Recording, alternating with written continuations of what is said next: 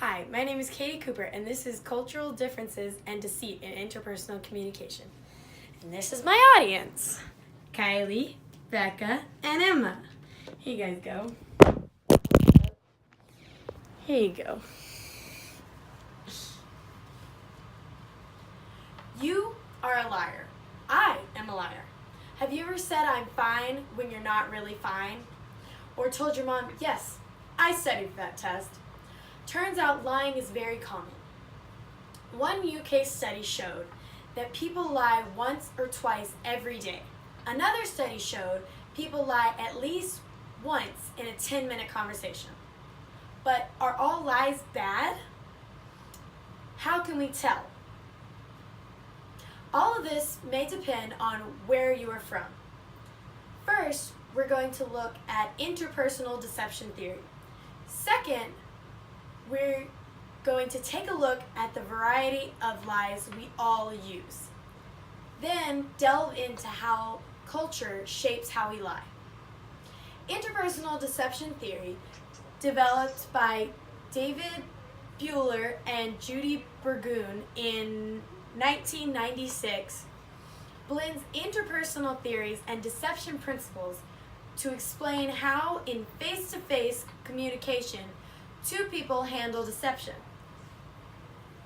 Basically, how one interacts and reacts with and to the other person in order to try to make the deception successful. There are many aspects, but 5 major points of IDT that are important in deceit. They are verbal cues, physiological cues, reciprocity, engagement, and truth bias. So what kind of lies are we dealing with? Modern research describes 7 types of lies. A lie of error, omission, reconstruction, denial, minimalization, and exaggeration, and fabrication. It is human nature to lie. It is also human nature to believe what's being communicated to us and how we feel about it. In almost every culture, a degree of lying is okay. Most accept that lying to protect or benefit others is better than lying to benefit yourself. In one study of Euro-Americans and Ecuadorians, the Euro-Americans were more okay with lying in general than the Ecuadorians. The Japanese, however, feel it is okay to save face by lying or not embarrass someone or to avoid conflict in business. They may lie by omission or denial to avoid hurting feelings. The Russians in World War II would lie without hesitation to protect country, but would never lie to a fellow citizen. In Arab culture, it is perfectly acceptable to lie to prevent problems between people in families and businesses as a general rule. However, the Finnish will not lie at all. They won't even stretch the truth a little. They will be brutally and overly honest, even at the expense of a business deal. There are more global differences in how we lie. Western cultures, considered an individualistic culture, tend to use more the third-person pronoun when lying, and is presumed to distance themselves from the lie to be self-protective. Eastern collectivism cultures that place more importance on the community increase the use of the first-person pronoun when lying, thus distancing themselves from the lie. With all the lying going on, the global deception team studied how well we as humans might detect a lie. Across many cultures, there are nuances.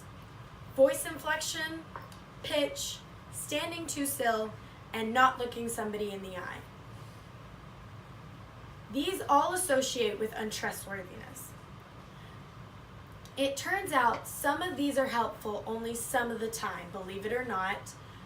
The most universally popular not looking someone in the eye has to do with being truthful.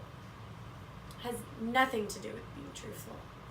It has to do with one's level of stress. So if you were talking to a particularly stressed or anxious person, you could easily misread them as being untrustworthy. Their study showed that we are terrible lie detectors, regardless of our culture. We do better detecting a lie from someone we know or are like us, but overall can still only detect a lie 30 to 50% of the time. It is our human nature to lie in almost every culture.